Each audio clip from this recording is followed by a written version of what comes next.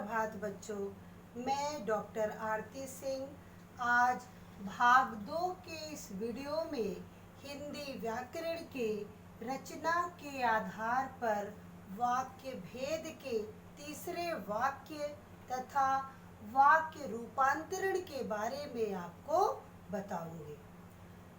भाग 1 के वीडियो में बच्चों वाक्य के दोनों भेदों सरल वाक्य तथा संयुक्त वाक्य के बारे में मैं आपको बता चुकी हूँ।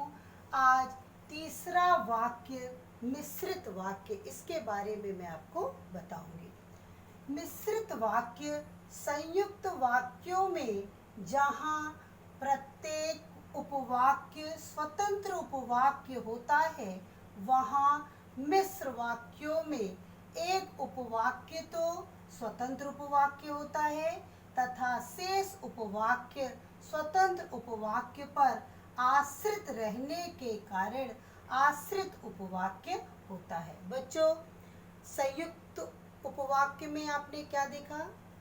संयुक्त वाक्य में दोनों ही जो उपवाक्य होते हैं वो पूर्ण रूप से स्वतंत्र होते हैं, जो समुच्चय बोधक अव्यय द्वारा जुड़े होते हैं।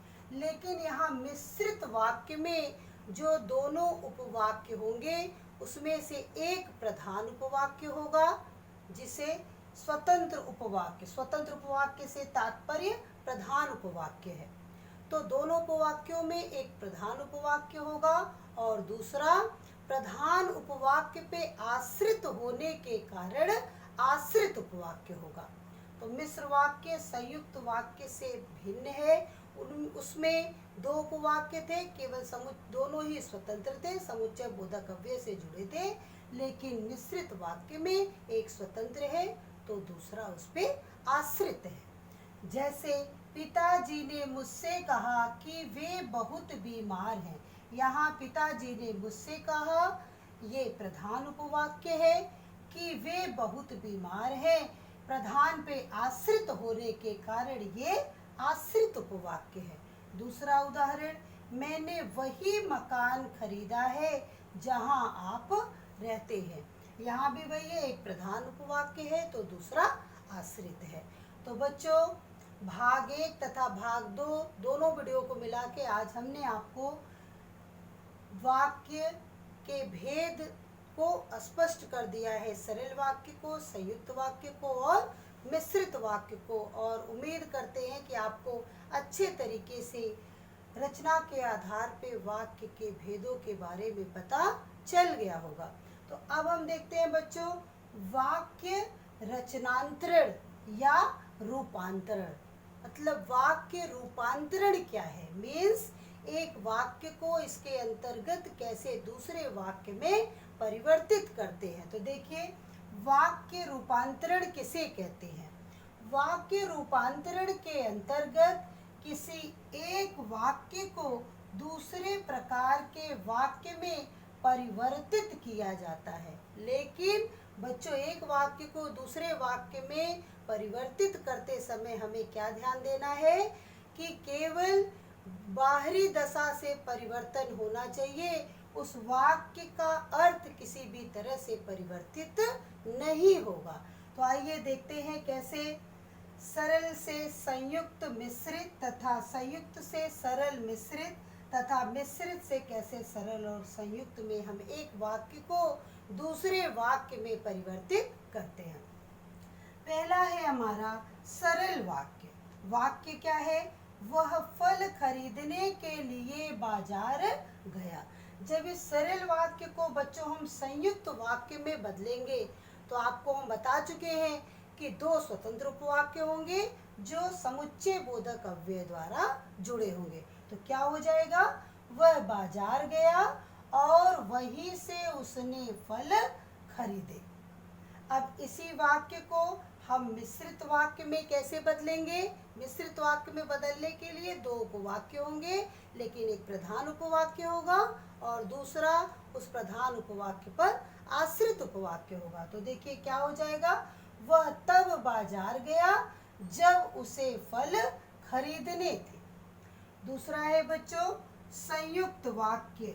संयुक्त वाक्य क्या है? वह आलसी था इसलिए असफल हो गया।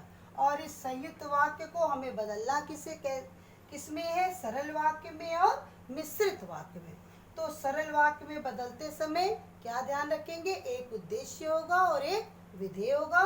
तो क्या हो जाएगा?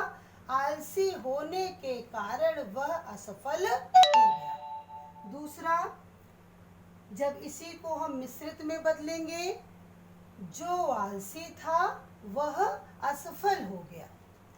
तीसरा है बच्चों मिश्रित वाक्य।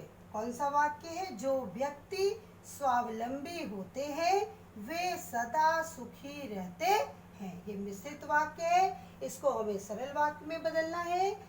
तो क्या हो जाएगा? स्वावलंबी व्यक्ति सदा सुखी रहते हैं। और इसी वाक्य को संयुक्त वाक्य में हम बदलेंगे। कैसे बदलेंगे? समुच्चय बोधक अव्यय द्वारा दो स्वतंत्र उपवाक्यों को जोड़ देंगे। तो देखिए, व्यक्ति स्वावलंबी होते हैं और सुखी रहते हैं, हम आगे से जो हटा देंगे। तो बच्चों देखिए, अब आपको रचना के आधार पे सरल, संयुक्त, मिश्रित तीनों वाक्यों को आपने उदाहरण सहित जान लिया। एक वाक्य को वाक्य रूपांतरण के अंतर्गत एक वाक्य को कैसे दूसरे वाक्य में परिवर्तित करते हैं, ये भी हमने आपको बता दिया। यहाँ आपने देखा सरल को कैसे संयुक्त में, मिश्रित में आपने बदला, संयुक्त को कैसे सरल और मिश्रित में बदला, मिश्रित को कैसे आपने सरल और संयुक्त में बदला। तो इसी भांति बच्चों आपको जब भी एक वाक्य से दूसरे वाक्य में बदलना होगा तो इसी नियम के अंतर्गत आप बदलेंगे। अब हम ये उम्मीद करते हैं कि आपको वाक्य के भेद तथा वाक्य रूपांतरण के बारे में भली भांति सारे नियम आपको एकदम अच्छे से आ गए।